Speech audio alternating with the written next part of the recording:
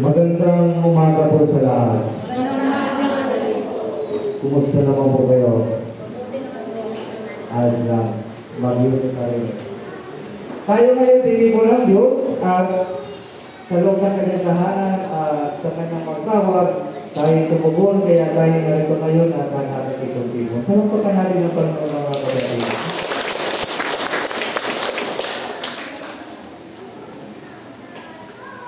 Sa tuwing iniisip natin na tayo magpapaliting tao, kadalasan naman ay mayroon naman nag-trigger ang ating kapatid ka. Ano po? Pag iniisip natin na, sabihin natin na dahil mahal sa araw, ayaw mo nang magmura ngayon. Tapos bigla naman mo ay pasaway na talagang sisira ng iyong pangako sa Diyos. Ano po? Kaya mapapansin natin kung kailan ka nagsisikap maging mabuting tao, doon naman ang daming nagbibigay sa iyo ng konsimisyon. Kaya yung nakatago mong pagiging dragon ay nalabas na naman. Minsan nasabihin mo, oy, pag di niya mo istabuhin ngayon at ako'y maraming gawain ayaw kong ma-stress. Saka naman, maraming pasaway sa paligid. Ngunit ang pahayag ng ating Ebanghelyo ngayon ay ganun sa pangyayaring nagaganap sa ministry ng ating Panginoon. Na sa kanyang pamamahayag sa loob ng Jerusalem ay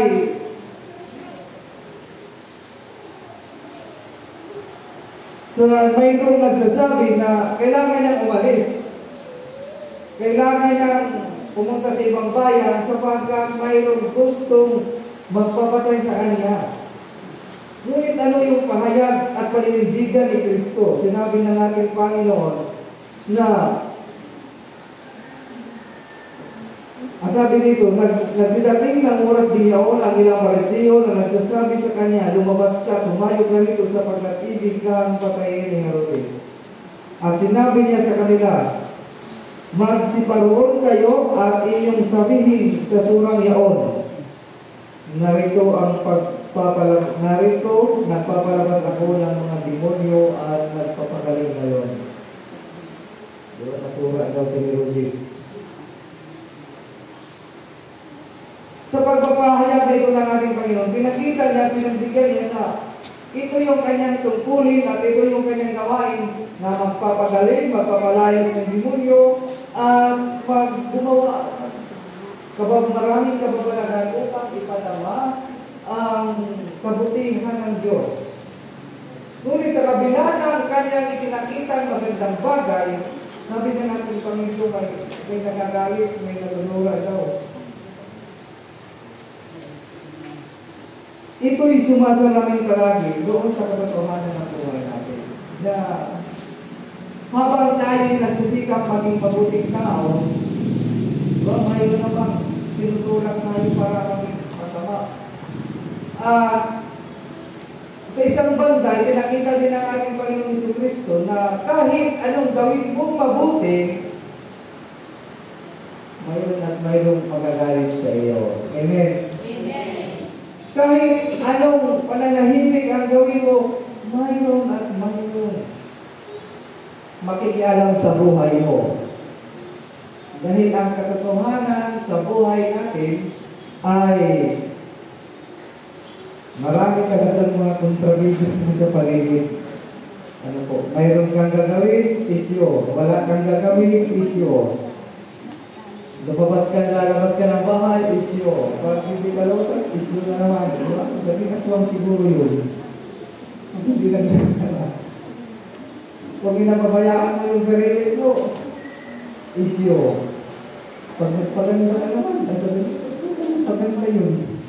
May napagandahan siguro. Diba? Lahat ng ating gagawin sa buhay natin, palaging isyo sa paligid. Kaya sa pagpapahayag ng ating Panginoon, ituloy lang natin sa piling natin kung ano yung tama, kung ano yung mabuti. Hindi man para sa iba, kundi para sa ating sarili. Kung sa tingin naman natin tayo nakakatulong, sige lang, magpatuloy lang. Kaya nga sa pahayag ng Panginoon sa kabila ng banta sa kanya, sinabi niya na sabihin mo doon sa taong galit ngayon, gumagawa ko ng kabutihan. Kaya sa pagpapayag nito, yung pagiging masama at pagiging mabuti ay tuition, option mo. Kung magiging masama ka rin dahil maraming tao magiging masama sa iyo, o mananatili kang mabuti sa kabila ng mga pangit na mga pangyayari at mga taong patuloy na naging barrier ng buhay mo. Amen. Kaya ang pagpapaalala sa atin ng Diyos, mananatili tayong mabuti. Mananatili tayong magpatuloy, lalo higit sa ating mga pangarap sa buhay. Ano po, huwag natin ibase yung mga desisyon natin sa buhay doon sa sinasabi ng ibang tao. Na para bang i-give up natin kahit yung ating mga pangarap dahil ayaw natin makarinig ng hindi maganda. Ito yung pinapakita sa atin ng Panginoon na mali ang desisyon na ibabatay natin ayon lamang sa sabihin ng iba. Sapagkat kung tayo'y nabubuhay para sa kung ano lang ang sinasabi ng iba, maaaring hindi tayo lalago sa ating sarili. Pero kung tayo'y nabubuhay ayon sa kalooban ng Diyos at biyayang pinagkakaloob niya sa atin, malamang mayroon itong magandang maitutulong at magandang bunga sa ating buhay. Kaya pinanindigan ni Kristo ang isang bagay na kung saan ito yung dapat matanggap ng mga taong patuloy na naniniwala at nagtitiwala sa Panginoon. Sapagkat kung ang iyong isina sa buhay ay ayon sa iyong pananampalataya, patuloy na pagpalain ka ng Diyos.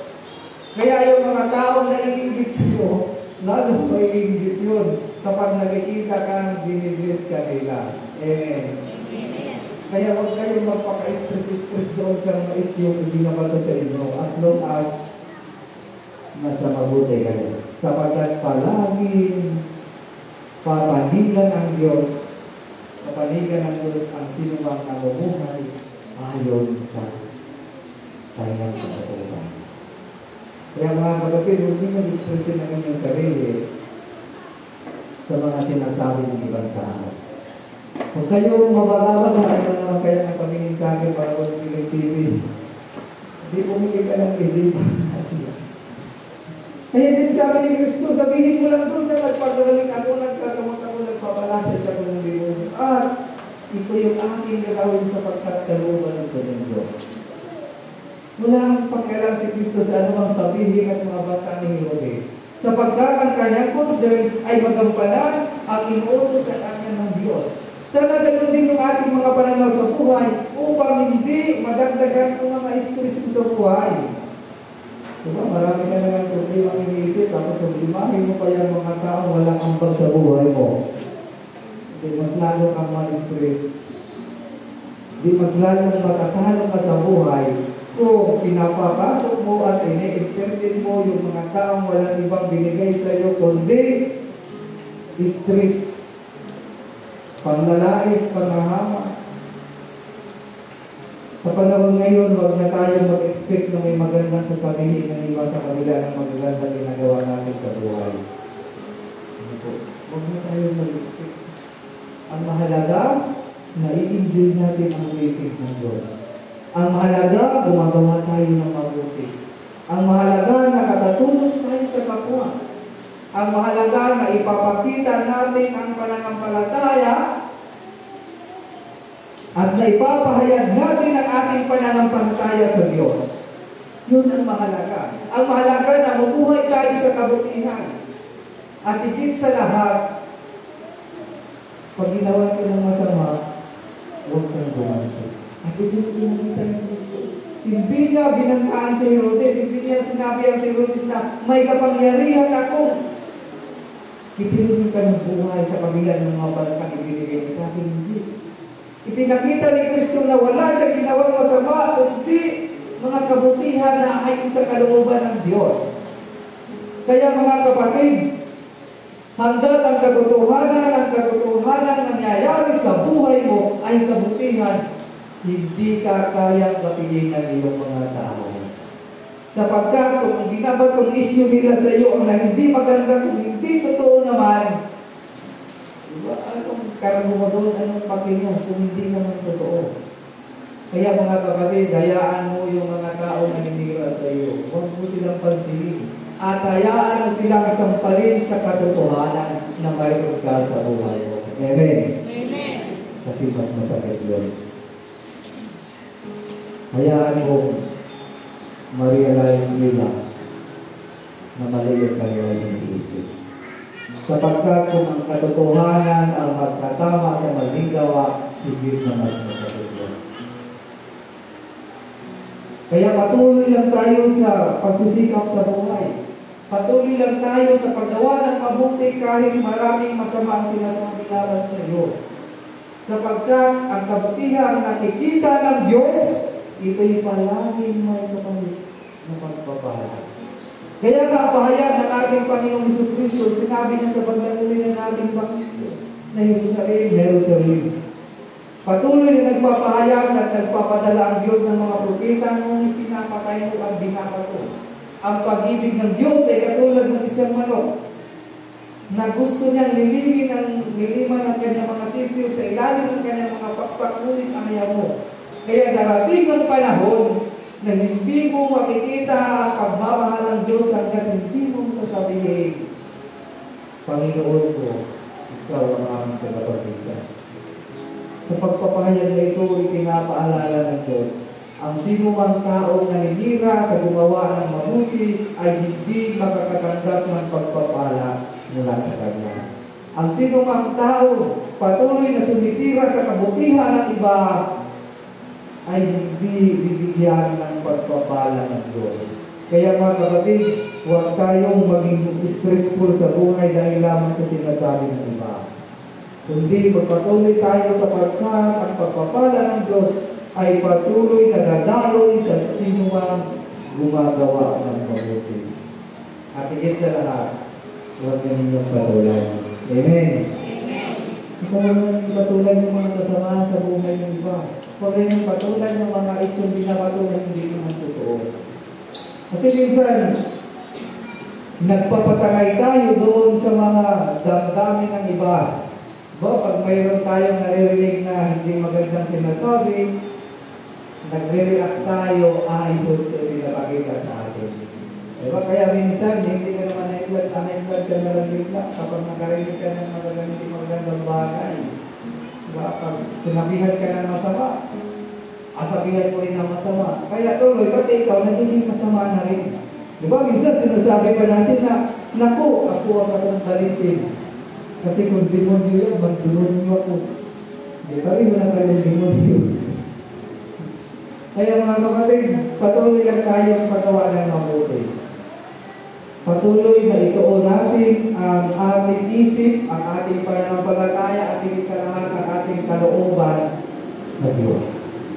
Sapagkat sa bandang huli, harap tayo sa Panginoon at ipupinto natin sa Diyos yung sarili nating buhay at hindi buhay ng iba. Tandaan mo natin yan mga kapatid. Sa bandang huli, sa pagharap natin sa Diyos, sariling buhay natin at ipupinto natin sa Diyos kung ano ang ating mga nagawa sa pagdating ng panahon. Hindi buhay ng ibang tao. Ano ganyan, hindi. Sarili natin. Kaya pagsikapan natin makagawa tayo ng mabuti. Kung gumawa sila ng masama, kung ginawan ka nila ng masama, hayaan mo sila. Sapagkat sa bandang huli, hindi naman ito ang magiging masama.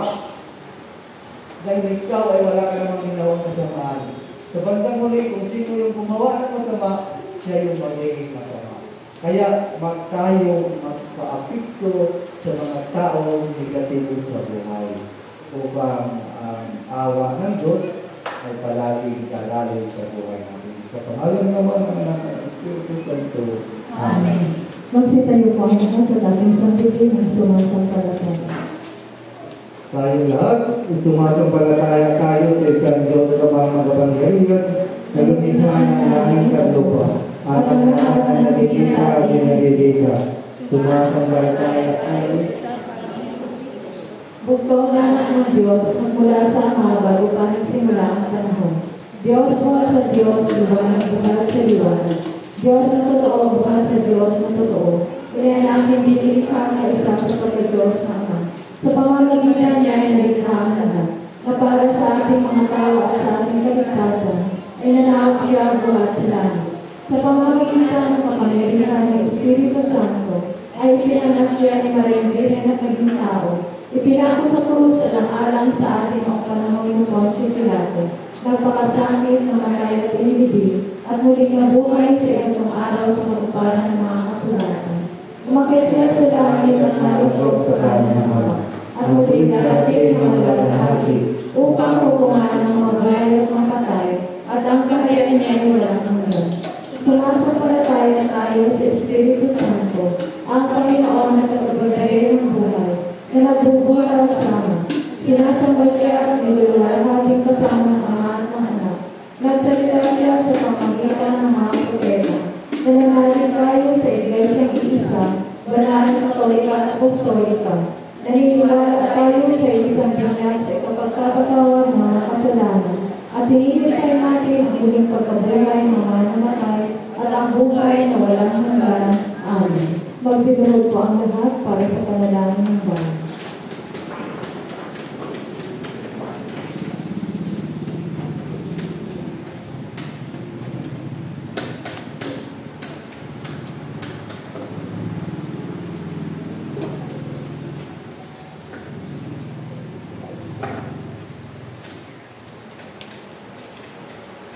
Manalangin tayo mga kapatid upang dumaloy ang grasya ng Diyos sa ating lahat. Daigdig natin tayong manalangin at taglay mapagpakumbog ang puso. Idalangin natin ang pangailangan ng ating pamayanan, ng ating simbahan at ang ating mga pansariling kahilingan. Sa bawat pagtatapos ng panalangin ng ating pong sasambitin, Diyos amang mahabagin, digin ang aming panalangin. Ulitin po natin. Diyos amang mahabagin, digin ang aming panalangin. Panginoon, sampu ng mga bumubuo sa mga pambansang tanggapan hanggang sa mga ahensyang pagpamayanan ay lagi nawang isa puso ng aming mga pinuno sa pamahalaan, lalong-lalo na ng aming Pangulo na si Ferdinand Marcos Jr. Ang kaligtasan at pamumuhay ng mamamayang Pilipino, manalangin tayo sa Panginoon. Diyos amang mahabagin, digin ang aming panalangin.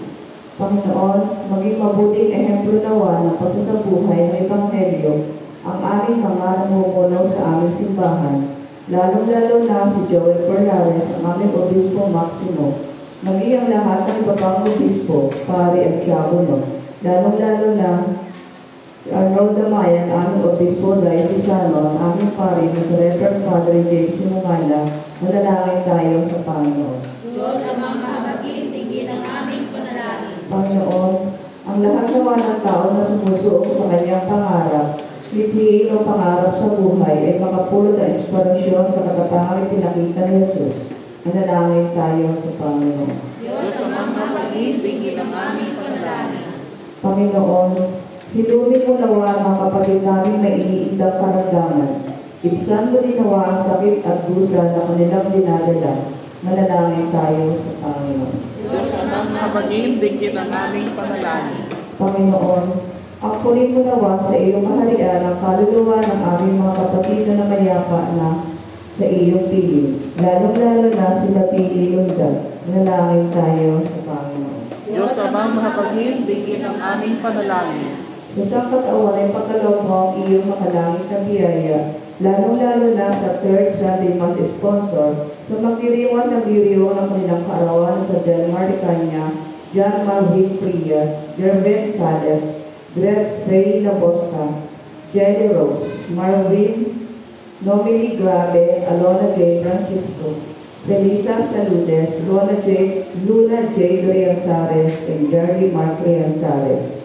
At sa kongregasyong ito, digin at ang nila ang iyong banal na salita na may kaubang loob at masunuring puso at paglingkuran ka na may katapatan sa lahat ng araw ng kanilang buhay, manalangin tayo sa Panginoon. Diyos amang mahabagin, digin ang aming panalangin. Sa katahimikan, ating dalangin ng ating mga pansariling kahilingan.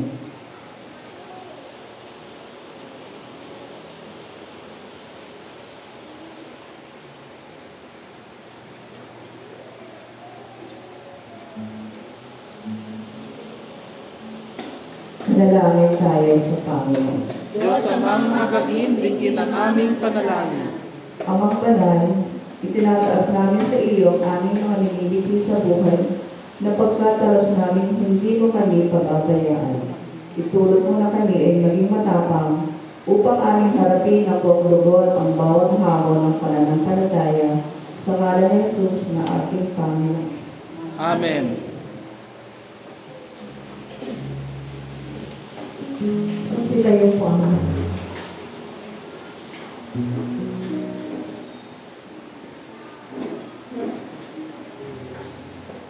Mga kapatid, tayo ang katawan ni Kristo sa pamagitan ng Espiritu, tayo at pinag-isang katawan ng kayubinyagan. panatilihin natin ang pagkakaisa na dulot ng Espiritu sa bigis ng kapayapaan. Ang kapayapaan ng Panginoon na naginawang sumayin mo. At sumayin rin. Magpapalala na tayo ng kapayapaan. Teka sa